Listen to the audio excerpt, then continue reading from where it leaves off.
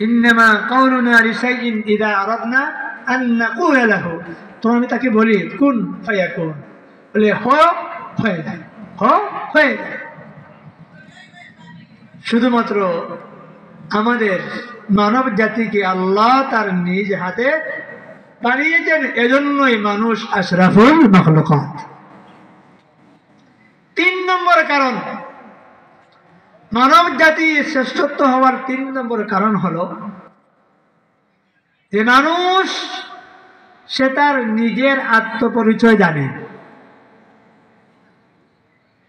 অন্য কোন মাখলুক সে তার আত্মপরিচয় জানে না। যেমন বিশাল আকৃতির হাতি, আপনারা হাতি দেখেছেন না? দেখেন না? বিশাল আকৃতির হাতি, শক্তিমান হাতি। আল্লাহ যত মাখলুক সৃষ্টি করেছেন তন্মধ্যে অন্যতম প্রধান শক্তিধর প্রাণী হলো হাতি। এই বিশাল শক্তিমান হাতি সে তার আত্মপরিচয় জানে না। যদি জানতো তাহলে কুদরতি কুদ্র একটা মানুষের বাচ্চা তার পিঠে চড়ে তাকে এক জায়গা থেকে আরেক জায়গায় হাঁকিয়ে নিয়ে যেতে পারতো না। এখন নেই। হাতি জানে না আল্লাহ তাকে কি পরিমাণ শক্তি দিছেন। হাতি জানে না তার বডি কি পরিমাণ, তার বডির ওজন কি পরিমাণ, জানে না। আর এই না জানার কারণে ছোট্ট থেকে ছোট্ট মানুষ ইনসান তাকে এক জায়গা থেকে আরেক জায়গায় হাঁকিয়ে নিতে পারে। এইভাবে দুনিয়ার সব মাখলুকের একই অবস্থা। কেন? যে হাতি যদি জানতো যে সে মানব জাতির চাইতেও বেশি শক্তিধর, তাহলে এক ধাক্কায় আপনার পিঠ থেকে ফেলে তাকে পা দিয়ে মারিয়ে ফেলত। সেটা মানুষ আত্মপরিচয় জানে। এখন আমাদের আত্মপরিচয় কি,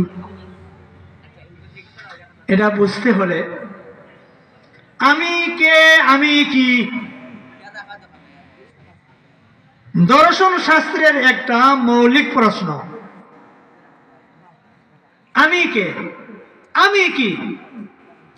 দুনিয়ার তাবৎ শক্তিমান বড় বড় গবেষক আমি কে, আমি কি এই প্রশ্নের জবাবে এক এক দার্শনিক এক এক ধরনের মন্তব্য প্রসব করছে। আপনারা ডারউইনের নাম শুনেছেন? ডারউইন নাম শুনেন নাই?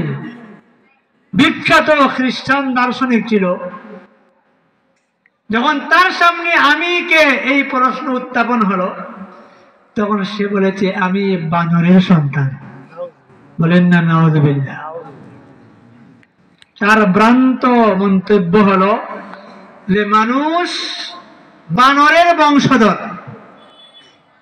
স্কুল কলেজ ভার্সিটিতে হয়তো এখন আর পাওয়া যাবে না, এখন আর ওই সরকার এই সরকার নয়, ব্রাহ্মণ্যবাদী সরকারকে আল্লাহ পাক রব্বুল আলামিন দুর্বল জাতি ছাত্রদের মাধ্যমে এমন ভাবে শায়েস্তা করে পালাতে বাধ্য করেছে, এটা আল্লাহ পাক রব্বুল আলামিনের কেস। যাদের জুলুম মাত্রাতিরিক্ত